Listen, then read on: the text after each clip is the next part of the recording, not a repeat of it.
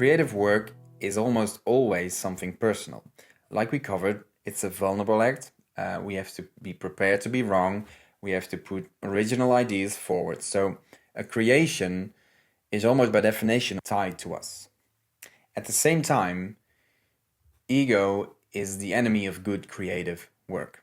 When we talk about purpose of creative work, in practice, everything we make serves a ton of purposes, but it should serve the client's purpose primarily.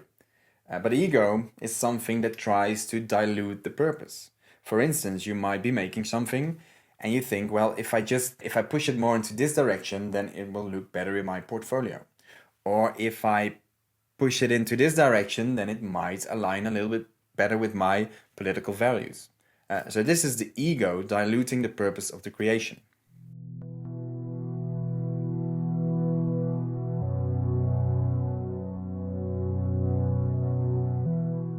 I remember having a conversation with him and was asking why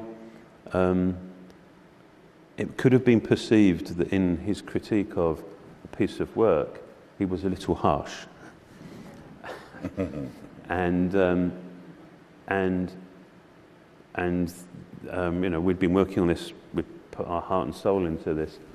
I was saying, you know, couldn't we be a little bit more, could we not moderate the things we said a little bit? And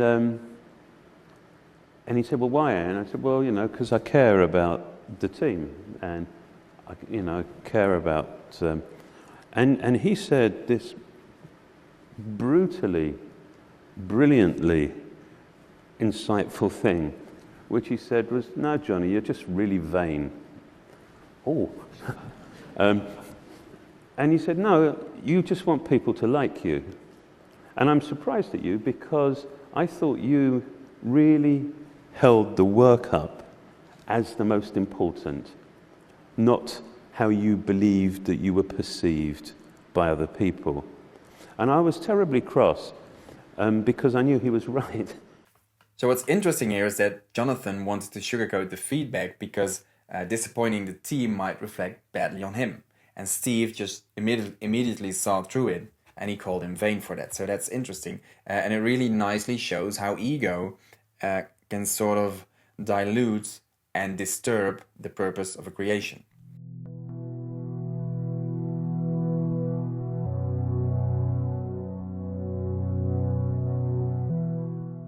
So I don't think you can 100% avoid this. We all have egos, but we should be careful not to dilute the purpose too much. If we allow the purpose of the creation to be diluted too strongly, then in all honesty, the creation becomes worthless. It doesn't serve the intended purpose.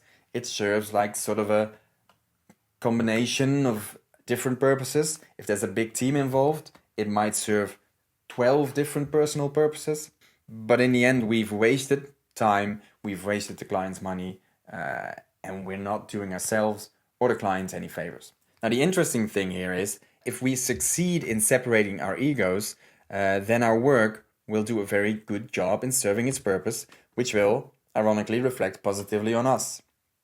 So perhaps the best thing to do for our egos is to just ignore it, silence it, do the work, make the work as good as we can, and then reap the benefits later.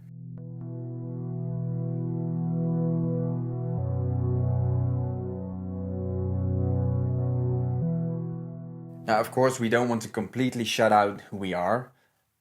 Self-awareness is very important in life and creative projects. But we just don't want our ego to take the driver's seat. So there are a couple of things that we can do to make this a little more manageable. Firstly, we should really stop comparing our portfolios and accolades to other designers. It's fine to scroll through websites for inspiration or to see what's happening, but constantly looking at other people's work will really make us feel insecure about our own work. And this in turn will empower our ego to take the driver's seat in our next projects. So we should really try to minimize comparing portfolios. Secondly, if we work with people, like I already mentioned, if we work with people that are generally nice and respectful, that we enjoy hanging out with, we will feel safer and we will feel less the urge to manifest who we are or to battle for control. So our egos will be more at rest as well. So working with the right people, being surrounded by the right people actually helps quiet down our ego. And lastly, patience is very important. Especially when we're younger, earlier in our careers, we will be very eager to manifest ourselves, to secure a place in the very competitive creative industry. And it might be tempting to let our egos take too much control.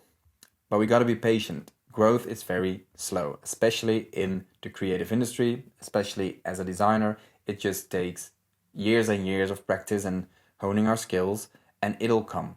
We should give it the time it needs, not panic, not try to find shortcuts, just focus on the task at hand, focus again on the one purpose of that one project, and then the next purpose of the next project.